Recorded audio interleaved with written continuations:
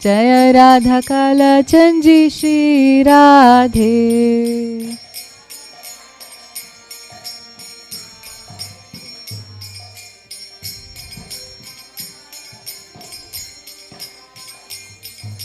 Jai Jai Radhe, Jai Jai Shyam, Jai Jai Shri Vrindavan Dham.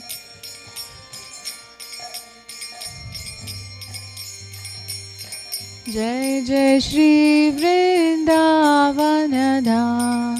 Jai Jai Nimai, Jai Jai Gaur. Jai Jai Shri Dham Mayapur. Jai Jai Nimai, Jai Jai Gaur. Jai Jai Shri Dham Mayapur. Hare Krishna, Hare Krishna, Krishna Krishna, Hare Hare.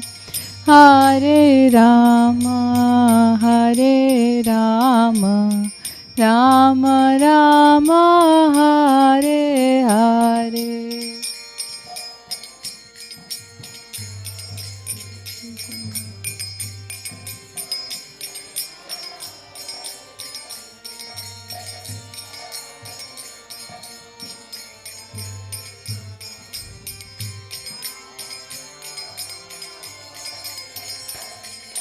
Jaya Prabhupada, Jaya Prabhupada, Prabhupada, Jaya Prabhupada, Jaya Srila Prabhupada.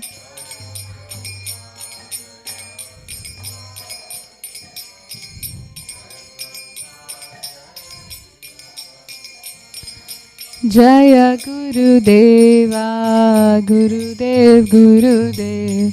Jai Gurudev, Jaya Srila Gurudev.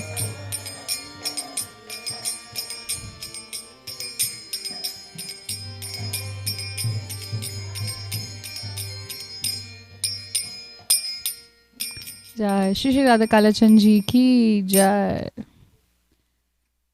Om Namo Bhagavate Vasudevaya.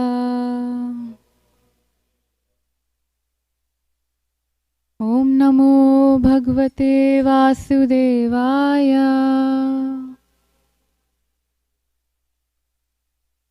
Om Namo Bhagavate Vasudevaya.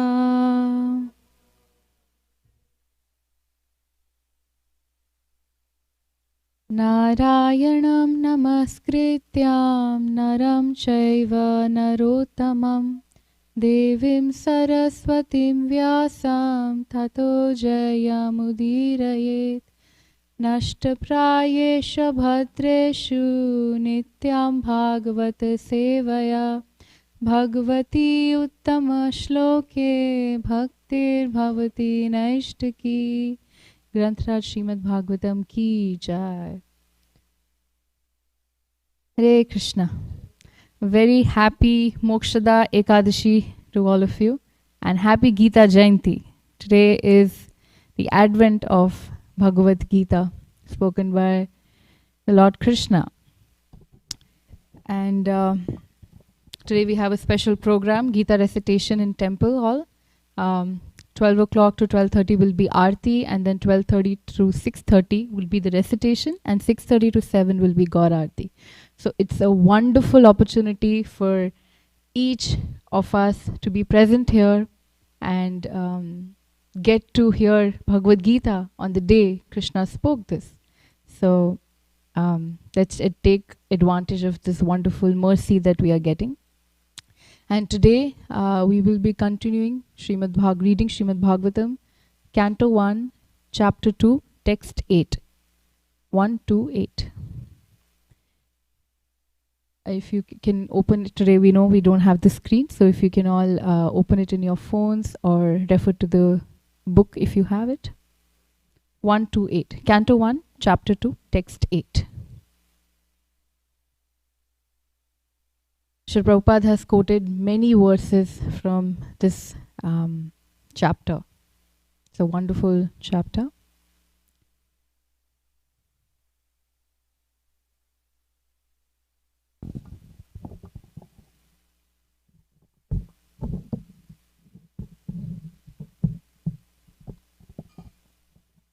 Okay, please repeat after me.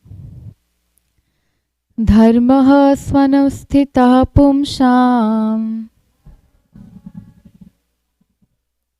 Vishwakshena kathasu yaha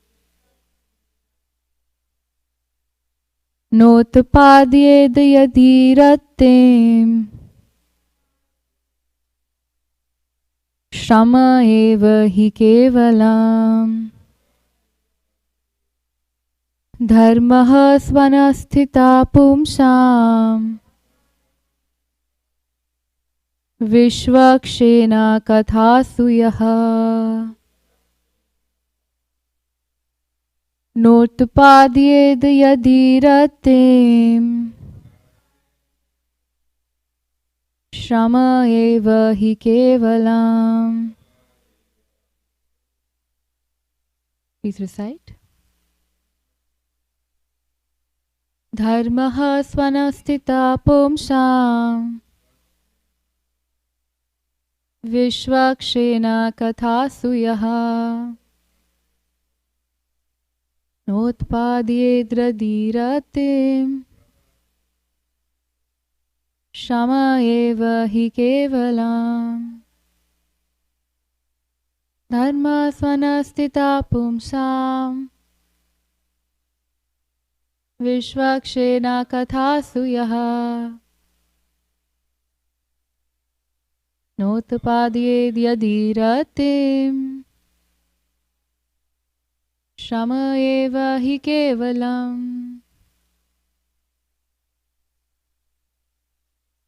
Dharma sanastita pumsam Vishwakshena kathasu yaha Notapadyedradiratim Shama eva hi kevalam. Let's read the word-to-word translation. We can read this together. Dharmaha, occupation. Swana asthitaha, executed in terms of one's own position. Pumsham, of humankind. Vishwakshena, the personality of Godhead, plenary portion. Kathasu, in the message of. Yaha, what is. Na, not. Utpadayet, does produce. Yadi, if. Ratim, attraction. Shamaha, useless labor. Eva, only. He, certainly. Kevalam, entirely. Translation and purport by A.C. Bhaktivedanta Swami Srila Prabhupada Ki Jai. The occupational activities a man performs according to his own position are only so much useless labor if they do not provoke attraction for the message of the personality of Godhead. Purport. There are different occupational activities in terms of man's different conceptions of life. To the gross materialist who cannot see anything beyond the gross material body, there is nothing beyond the senses. Therefore, his occupational activities are limited to concentrated and extended selfishness. This is a wonderful point we'll understand. Concentrated selfishness centers around the personal body. This is generally seen amongst the lower animals. Extended selfishness is manifested in human society and centers around the family, society, community, nation, and world with a view to gross bodily comfort. Above these gross materialists are the mental speculators who hover aloft in the mental spheres, and their occupational duties involve making poetry and philosophy or propagating some ism with the same aim of selfishness limited to the body and to the mind. But above the body and mind is the dormant spirit soul, whose absence from the body makes the whole range of bodily and mental selfishness completely null and void. But less intelligent people have no information of the needs of the spirit soul. Because foolish people have no information of the soul and how it is beyond the purview of the mind, of the body and mind, they are not satisfied in the performance of their occupational duties. The question of the satisfaction of the soul is raised herein. The self is beyond the gross body and subtle mind.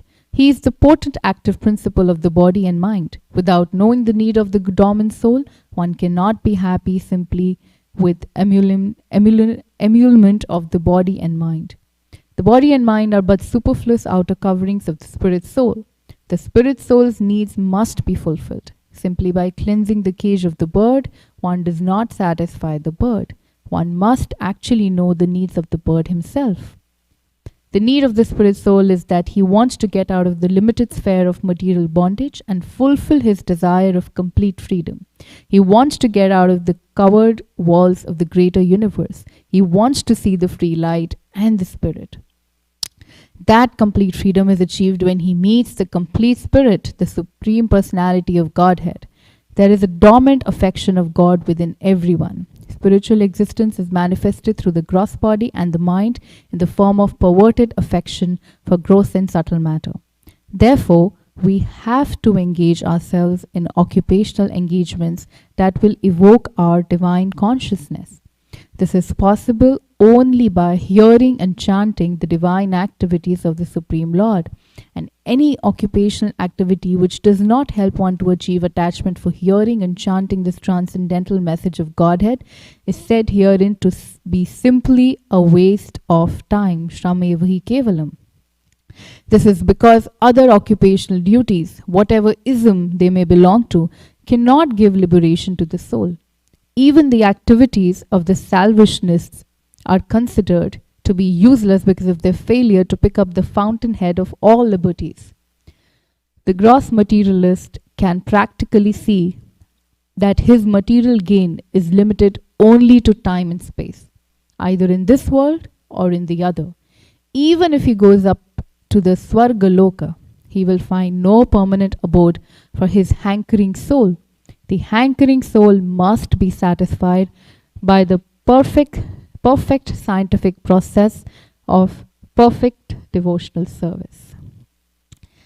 Om Jnana Timirandhasya Jnananjana Shalakaya Chakshurunmilitam Yena Tasmai Shri Guruve Namaha Shri Chaitanya Manobhishtam Sthapitam Yena Bhutale Swayam Rupa Kadamayam Dadati Swapadantikam Vandeham Shri Guru Shri Yuda Padakamalam Shri Gurun Vaishnavamscha Shri Rupam Sagrajatam Sahagana Raghunathanvitam Tam Sajivam Sadhvetam Savadutam Parijana Sahitam Krishna Chaitanya Devam Shri Radha Krishna Padan Sahagana Lalita Shri Vishakhanvitamscha He Krishna Karuna Sindhu Dina Bandhu Jagatpate Gopesha Gopika Kanta Radha Kanta Namastute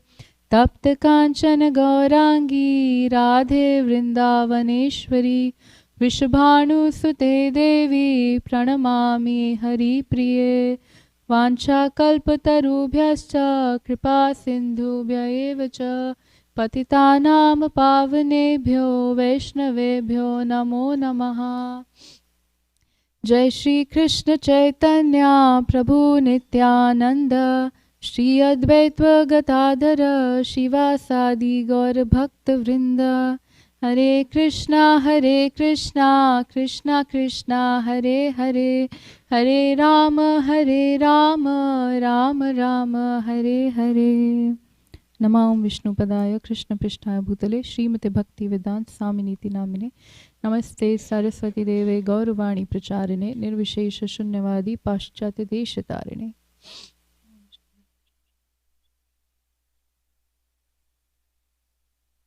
Hare Krishna.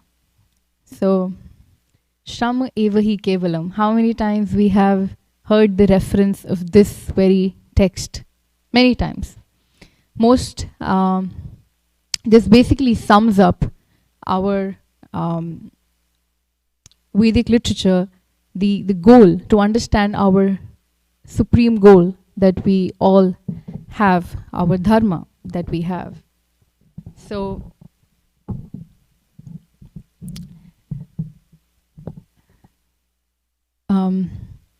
so could, like we all of us read the purport, could anybody just tell me the points that Srila Prabhupada, or the themes that actually came in, that were raised here? Any important points?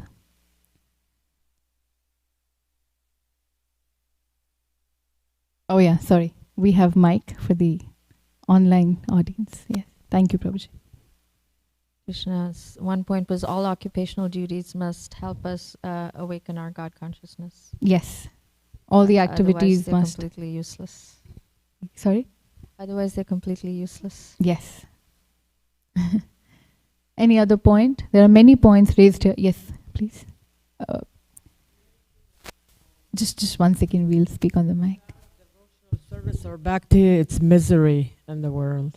Yes, without devotional service, there will be misery in the world. We'll experience misery in this world. Yeah, every day. Every day, every minute. Thank you. Any other point?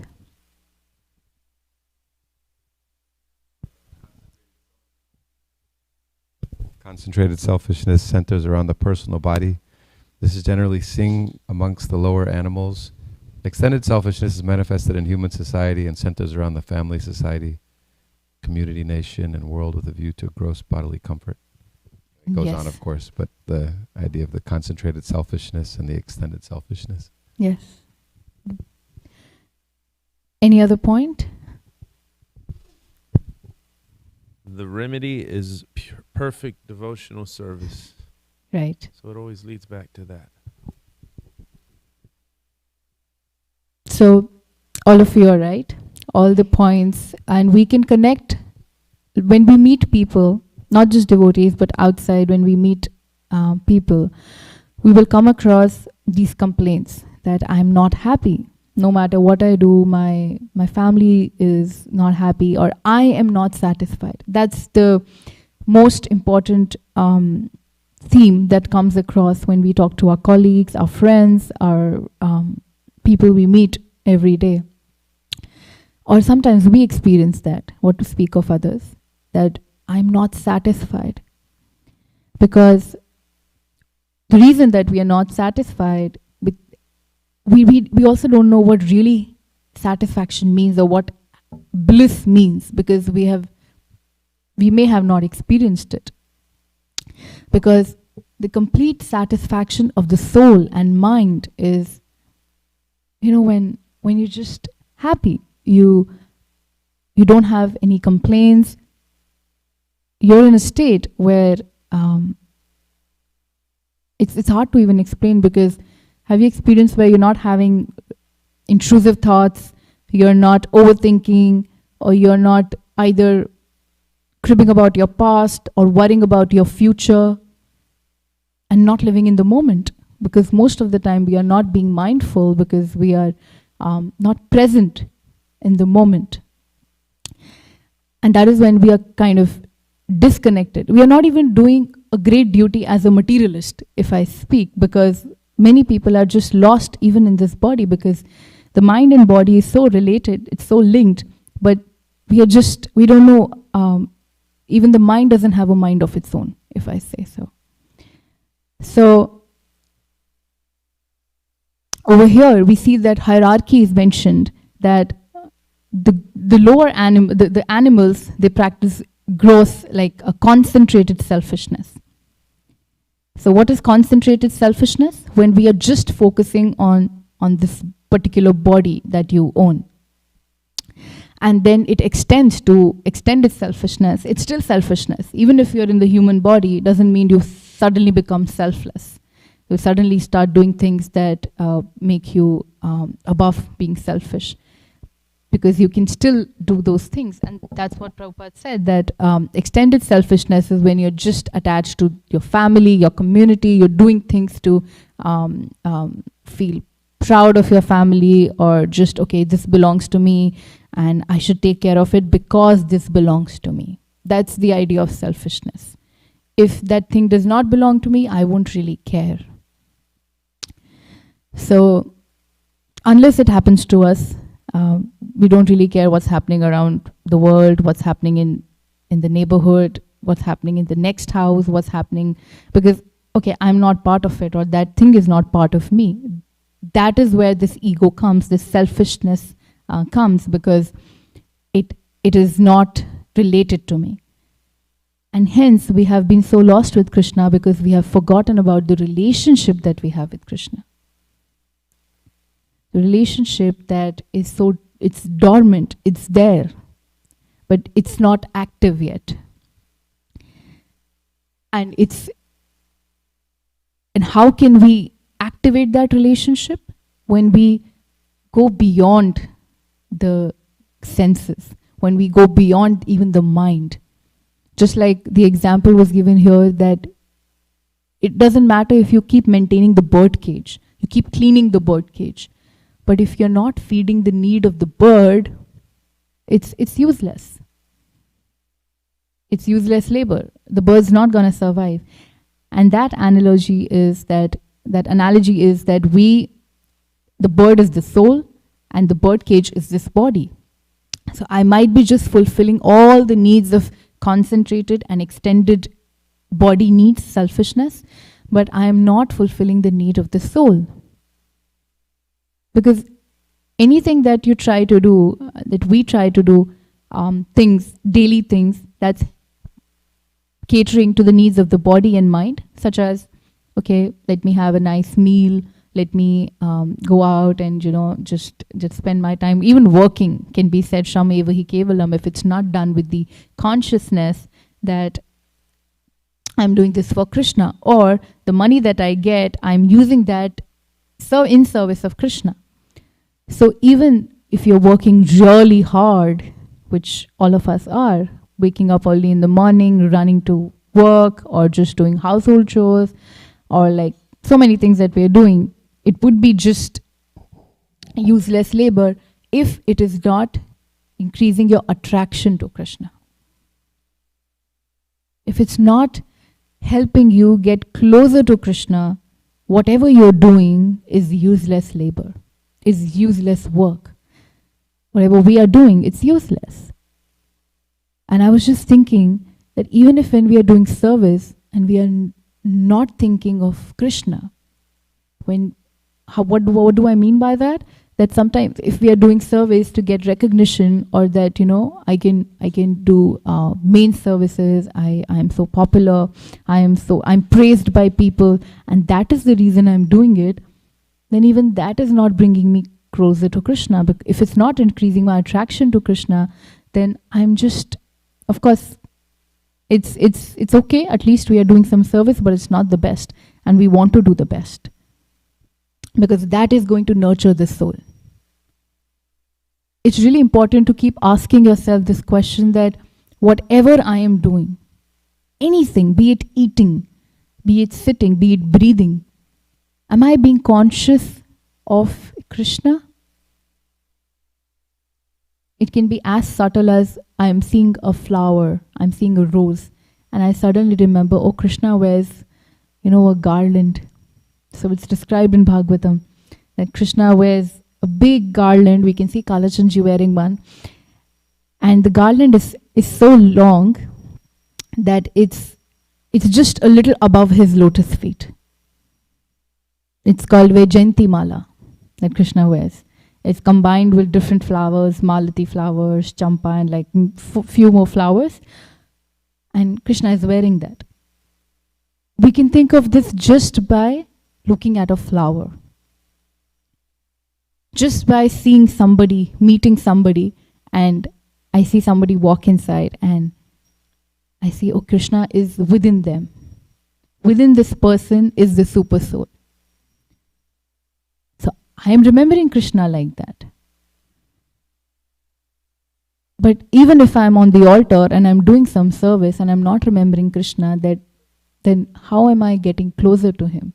How is my activity, my action, my occupational duty bringing me closer to Krishna? How is it helping me? Then it's just some actions that I'm doing. Of course, Krishna is merciful that he will give you the mercy, because that's how we all started, right? That's how we all started. We started doing japa, or we started coming to temple, not with the pure devotion, or not with highest mood, but still Krishna elevated us. He still this is a ladder that we are constantly climbing. And like in Bhagavad Gita, it talks about yoga. And what is yoga? It's a Sanskrit word which means union, connection. So when you connect with yourself connects with the higher self, with the supreme soul, that is the highest yoga. So there's a ladder. It starts with Karm Kand, Karm Yoga, Jnana Yoga, Ashtanga Yoga, and then topmost is Bhakti Yoga. And Srila Prabhupada has given Bhakti Yoga directly, and if you read Srimad Bhagavad Gita today, if you're going to read, you will see almost in every chapter's purports, even if it's not titled devotional service, Prabhupada will say devotional service is the topmost. Why? Because he knows, if somebody opens even one page, reads just 1 or 2 pages of Bhagavad Gita, at least you should get the essence of it. That's why many times, it's like somebody opens a chapter and it's like, okay, this is not titled Bhakti Yoga or devotional service. Why is Prabhupada bringing, even in Karma Yoga chapter, Bhakti Yoga is topmost? Because he wants you to get the essence. We have that durbuddhi, like things have to be repeated. If they are not repeated, we don't understand the importance of it. So reiteration, it's like constantly it is being reiterated in Bhagavad Gita and Srimad Bhagavatam, the topmost goal, the essence of bhakti, so that we are not deviated, because we are easily, our minds are so fickle, like we will just we might be doing the right thing, we might be serving, even then our mind just will start deviating. So, like I said, the first point, it is the satisfaction of the soul. And everybody is hankering for it. Everybody is looking for satisfaction. Everybody in this world. Everybody wants the happiness. But we are all following different paths. And that's why Prabhupada said that the one who is, the gross materialists are the ones who are after sense gratification, concentrated and extended. And above them are the mental speculators who do poetry, do philosophy, and who are speculating on things. So higher than the gross materialists are the ones who are mental speculators. At least they have risen from body to mind. But even above that, it goes higher than that, is our devotees who are trying to do service, who are trying to fulfill this hankering of the soul. So it's from body, it rises to mind, and from mind, it rises to the soul. Because that is the real identity. I am a soul. And so you can go to any planet, any planetary system, anywhere in this universe or another universe, you will still not be satisfied if you're not working towards fulfilling the need of the soul.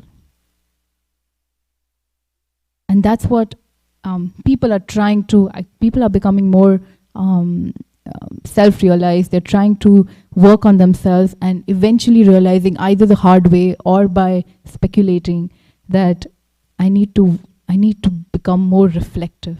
I need to become more conscious of who I am. That's the Athato Brahma Jigyasa. That's how that curiosity, that Jigyasa starts. Who am I? What is the purpose of my life? But sometimes people start that at the age of 80. And some can start at the age of 5. Some can start even like at the age of 30, 40, any age. And this is gifted to us. This intelligence is gifted to us by Krishna.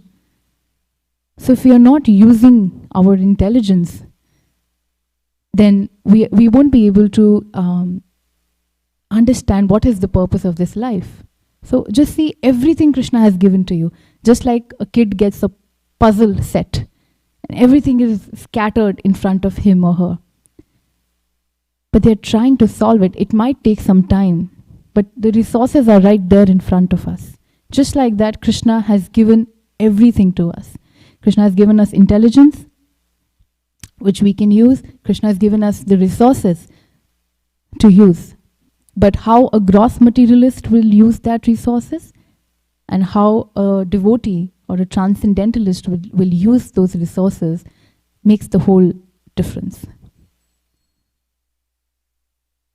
Just like Prabhupada gives an example, if a doctor has a knife, is holding a knife, and a thief is holding a knife, there's a lot of difference because how it is being utilized. A doctor will save a life while a thief might take a life, will harm somebody. And so our mind is just like that knife, because our mind, I really love this example.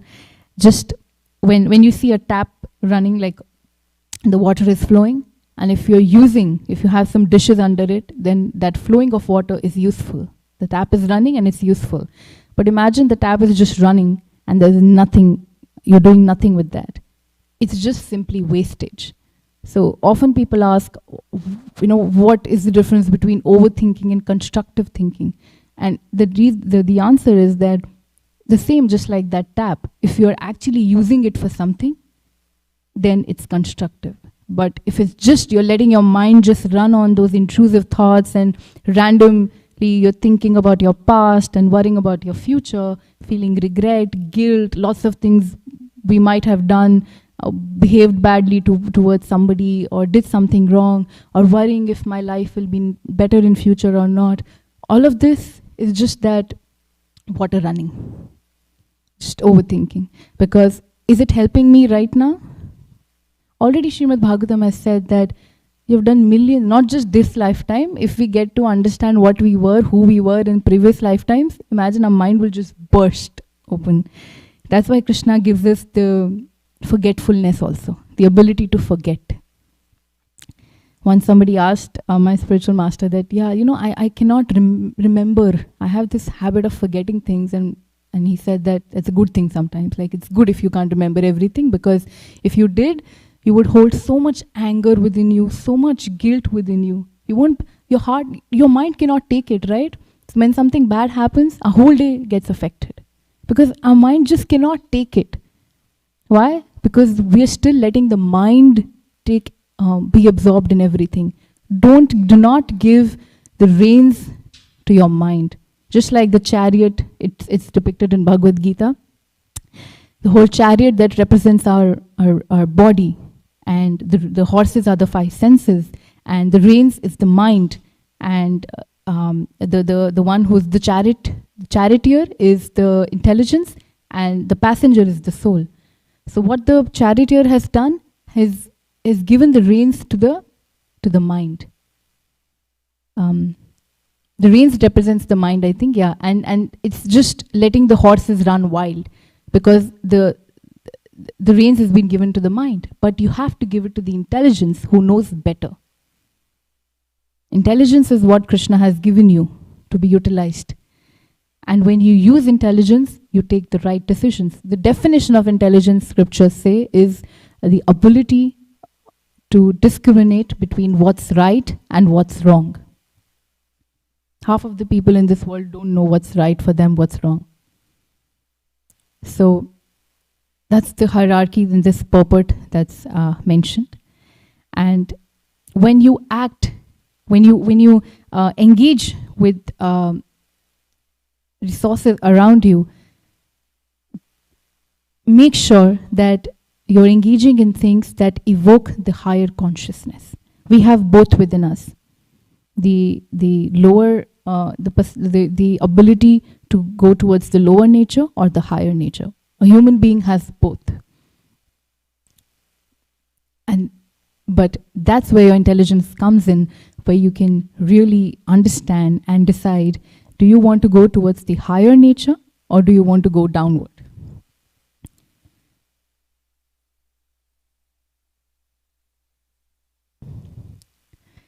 And I think we'll be able to remember that we need to go up towards the higher goal when we are constantly reminded about the purpose of our life. Otherwise, it's really hard. We might be just doing things without realizing where am I really going? Where am I really headed? And that's why, like I said, it's very important to become more mindful, more conscious of where you are and what you're thinking.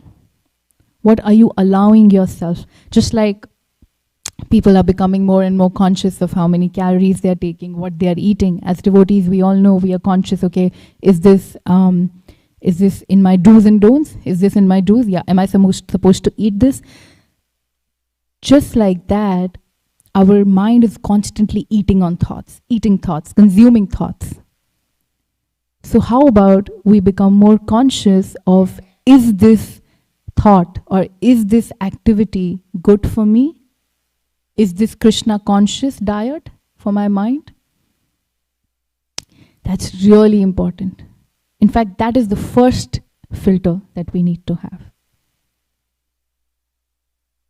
Because when we are conscious of what we are doing, what we are thinking, our purification is happening. It does not need to be, purification is does not happen only inside the temple, or only in the morning hours, or only when we have beads in our hands. Purification can be throughout the day.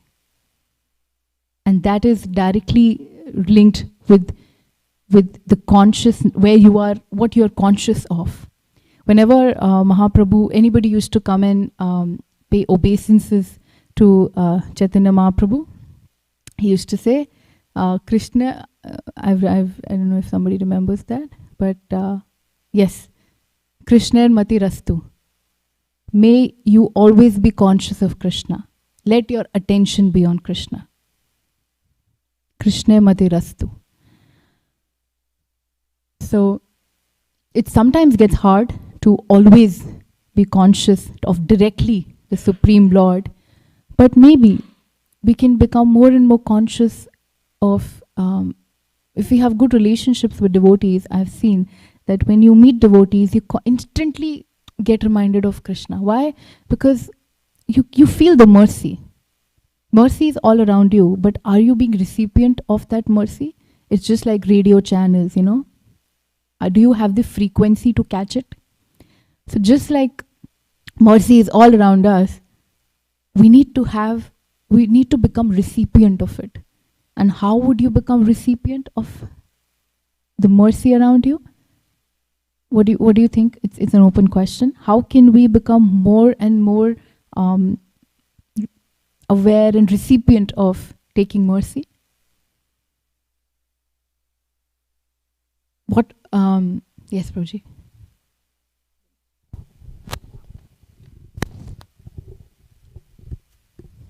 Just like it is said, we're in this room right now and there are frequencies, radio frequencies. If you have to get tuned to the frequency, you need to have the antenna. So similarly, Radhana Swami once said, our antenna is submissiveness, Yes. and willingness to follow in the footsteps of the great acharyas. Mahajano Yanagatasapanda. Yes, perfect.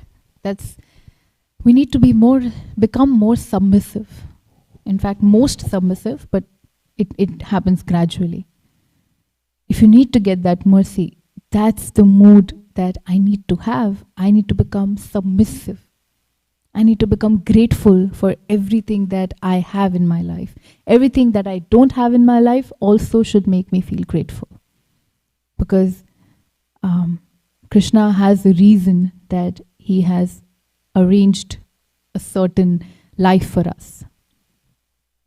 And that we'll become more submissive by hearing and chanting. When we keep hearing the Vedic literature, we keep hearing these wonderful personalities, the souls, wonderful souls in our Srimad Bhagavatam, it does make us desire, at least, that one day we can serve a devotee like Prahlad Maharaj. One day we can have devotion like Mother Kunti.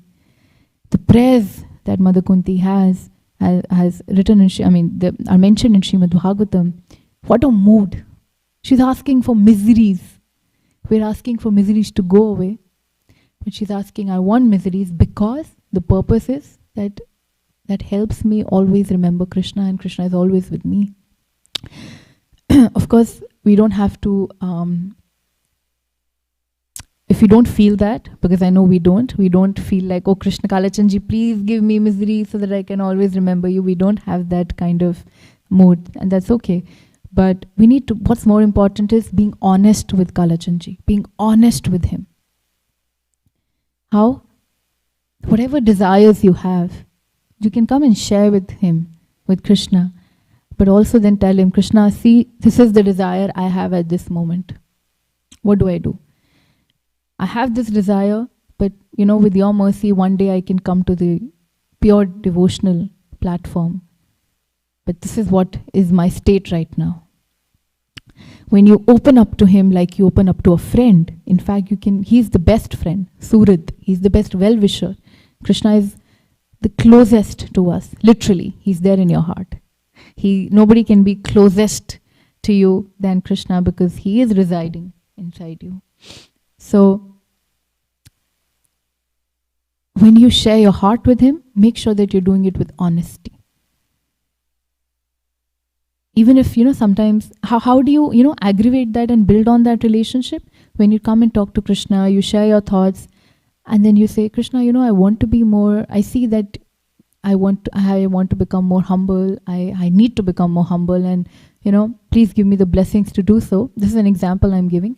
And then, okay, let me try to do this, that when I come for next darshan, be it in 24 hours or be it every Sunday or every morning, wherever you're coming, I want to make sure that I am able to serve at least 2-3 devotees.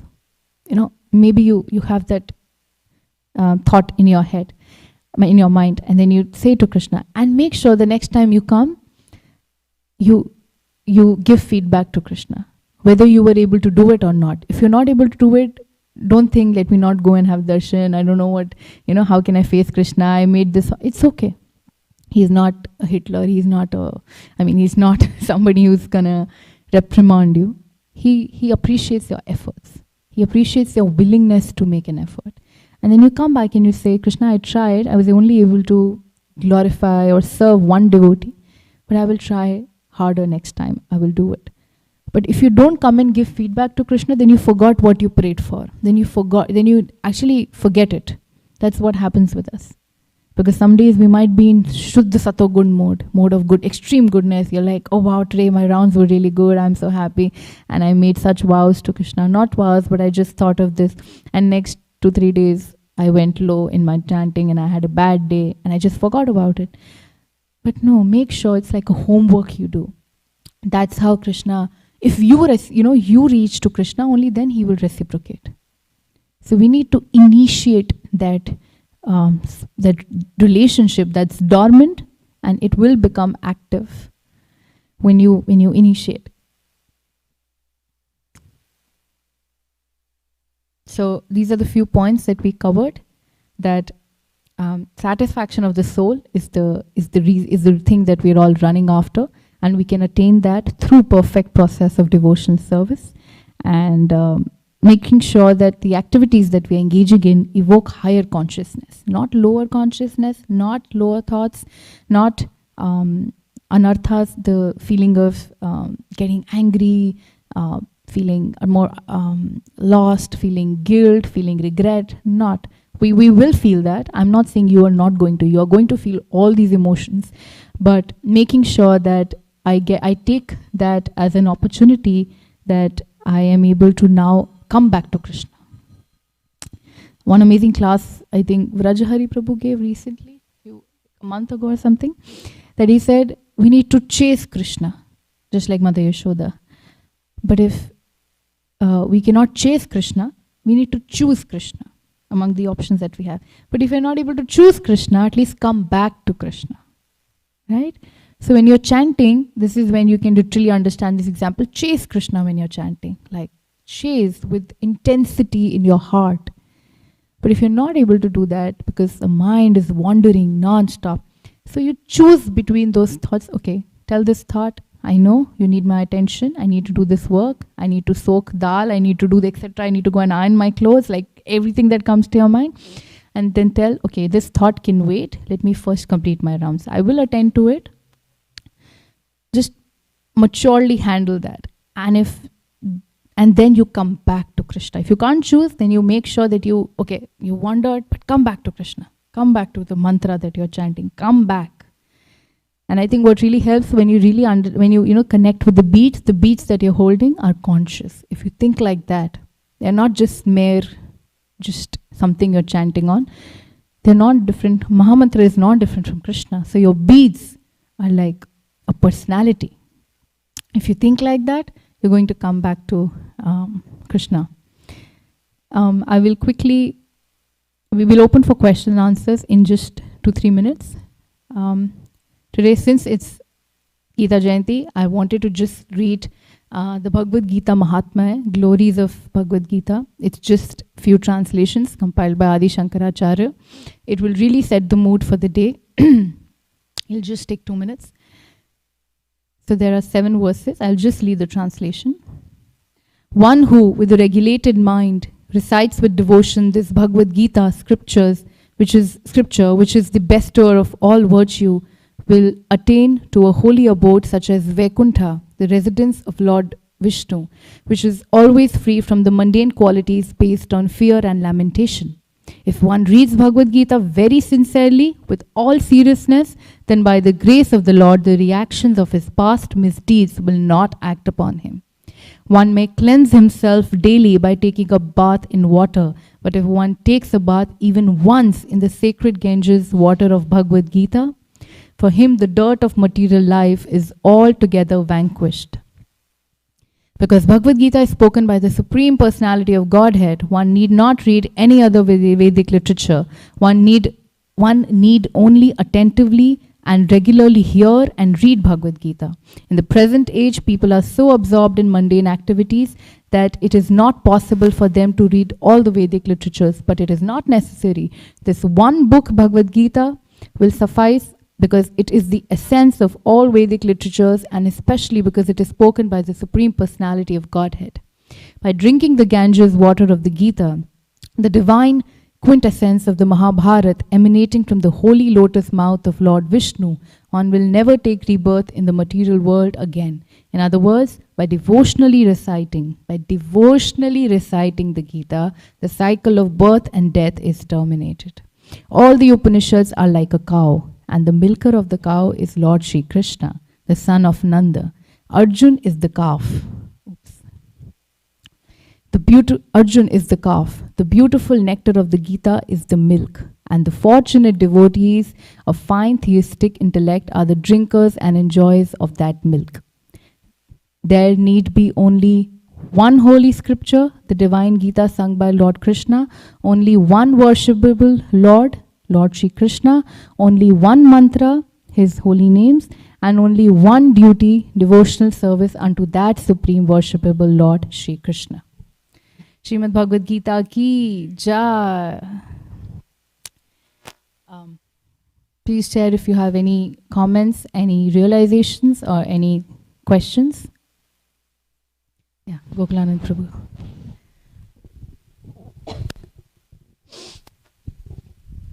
Thank you, Mataji. It was such a wonderful class. You beautifully churned the nectar of ocean of Srimad Bhagavatam and brought out many jewels out of it. And there were many takeaways from today's class, but there were particularly 2 that I was meditating on. First one, you spoke about the lower and higher nature. So that reminded me of Radhanath Swami many times quoting Bhakti Tirtha Swami about the 2 dogs that all of us we have within us. There is good dog and bad dog. So bad dog represents the lower nature.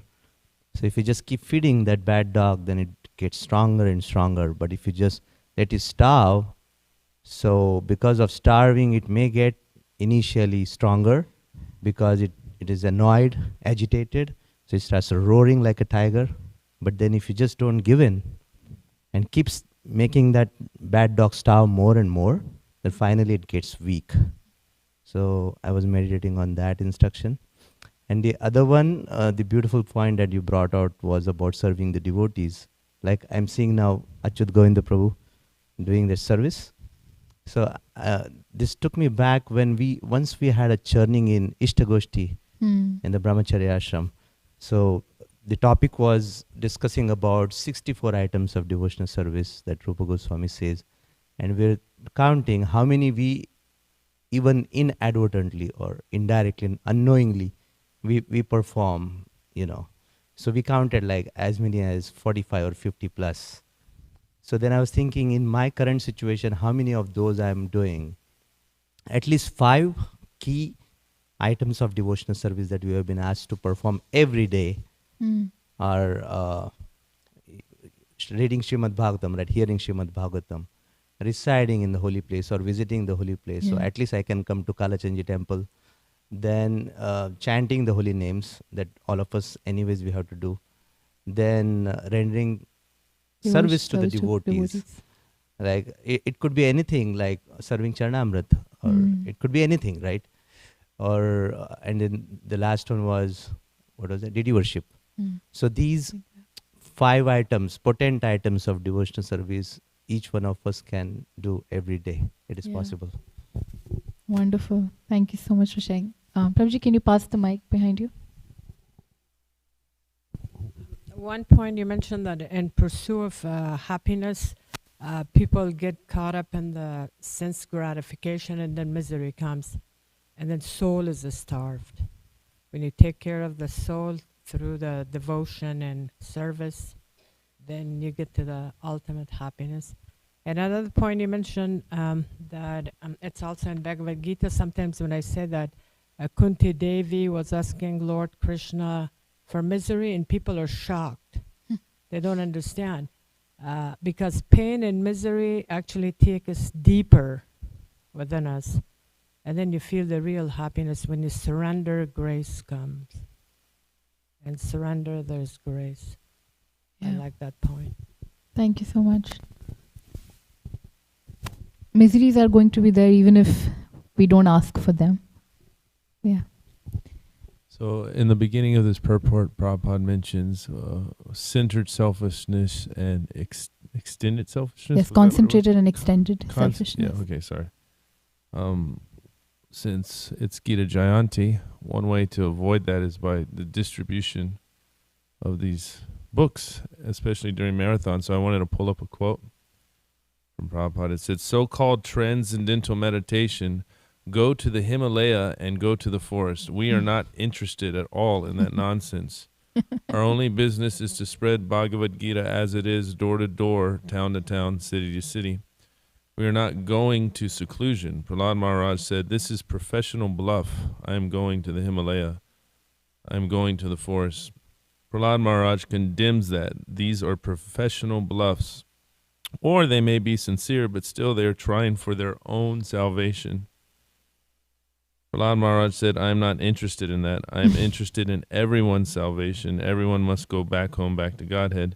That is Vaishnava, not for my own salvation. I go to the Himalaya or in the forest in transcendental meditation nonsense. We're not interested in those things.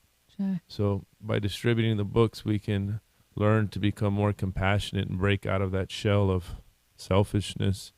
And especially when distributing books, I've been meditating that there's 3 stages. There's the initial contact, then there's the follow-up and the maintenance of a person. And so as a society, we tend to just do the first thing, which is the initial contact. But there's a whole process to bringing people closer. And this is how we stay engaged, is constantly meditating on those that we meet or those that we want to meet, and how we can follow up and maintain them, as well as simultaneously taking care of one of another. So this is one way to avoid that selfish mentality. Just wanted to share that. Yeah, Since thank you it ties very into much. Gita Jayanti a little bit. Thank you. Yeah, Prabhuji wanted to add something? Often Prabhupada says that you serve humanity by serving God. Like, use the example of a pond with the stones in the middle, or the watering the roots of the trees, and then all the branches and everything's satisfied. But then other people say that, you know, you got to start by serving, taking care of women and children, taking care of the poor. You know, that you got to start at the bottom and then work your way up to God. But then Mm. Prabhupada says, no, you start with God, and then that works. It's like rooting the root of the tree. So, that's my question is, how are we best serving? Is it by serving God, and then it trickles down, or do we take care of the women, children, poor people, Mm. animals, Mm. and work your way up? I think what I understand is, of course, anybody can comment on this also, but Prabhupada is saying, in doing all of this, whatever services you're doing, occupational duties, taking care of people around you, but do not get lost in that and forget the highest purpose. So it also does not mean that we are following the highest purpose and we are not being kind and compassionate towards people around us, our family members, and not taking care of mothers and children, and etc., being a good citizen. All of these, of course, are important, but we should not forget the highest purpose. And that's why Prabhupada keeps bringing this point up, because we feel it's easier to do these things. We'll just do this, and because it's more instantly gratifying, we'll get appreciation. But because when you get in bhakti, you don't get you don't see the results immediately. And so Prabhupada wants to remind us that what you're doing, this is the highest goal, and do not get deviated from that. And yeah, that's the right process. But other things, it doesn't mean that they're not important. They of course, as a devotee, in fact, somebody who becomes really a devotee is compassionate, is intelligent, is following dharma. So that's what I believe. Yeah. One thing I wanted to add, yes, this compassion point that Prabhuji brought up, preaching and becoming, extending that compassion towards others. So sometimes even in bhakti, we don't want to become selfish, holding on all the mercy, holding on, limiting it us to me or my family members. But let's say prasadam, or getting something we are getting, we want to share it with others. We don't want to hold on to that because, it's so much mercy and let me take all the mercy. No. A real devotee, I don't want to say a devotee would be somebody who would want to distribute as much mercy as he or she can. And that would be the, how you can see a person who is really nice. I'm speaking on generic sense. Not somebody who makes a great first impression, welcomes new people and has a great mood, but somebody who meets people meeting every day and still how they are making them feel. So it's not that, I have wonderful qualities, I'm a wonderful, talented person, and that makes me wonderful. No. What really makes me wonderful is meeting the same people I meet every day and how I am making them feel. Because it's easy to make a first impression on people we meet. I'm like, wow, Hare Krishna, you're so wonderful, I glorify them, and I meet them every single day and now they become non-existent to me. That should not be the case. We should be really appreciative, we should be really genuinely and we'll feel that genuine appreciation and gratitude when we are following this perfect devotional service. Why is Prabhupada saying this is perfect? Because it gives you all the qualities. And the funny thing is, you don't want those qualities. In the sense, you're not looking or hankering for the qualities. You're just hankering for the love of Krishna, love towards Krishna. Krishna, please accept me. So this mode answers all the questions. Being submissive, being compassionate, being humble. All of this naturally comes to you when you're only hankering for the love of Krishna. So everything gets under that bracket. So yeah, let's all pray to Shri Radha Kalachandji that today on this very auspicious day of Gita Jayanti, we are able to understand the wonderful message of Bhagavad Gita. This message of Bhagavad Gita that is being spread all over the world is for me. Every time we read a shloka, we shouldn't think, this devotee should read it, they should work on themselves. No, it is for me. This message is for me. Krishna is talking to me. Krishna has said this again and again, gave this knowledge 5,000 years ago to Arjun. He gave it to me through Arjun. We should think it like that. So yes, let's all pray that we get the most of this mercy and we are able to spread it to everybody around us. Hare Krishna, Shrimad Bhagavatam की जय, श्री भगवद गीता की जय, श्री प्रभुपाद की जय। वांछा कल्पतरुभ्यश्च कृपा सिन्धुभ्यैव च पतितानां पावनेभ्यो वैष्णवेभ्यो नमो नमः। अनंत कोटि वैष्णव भक्तवृंद की जय।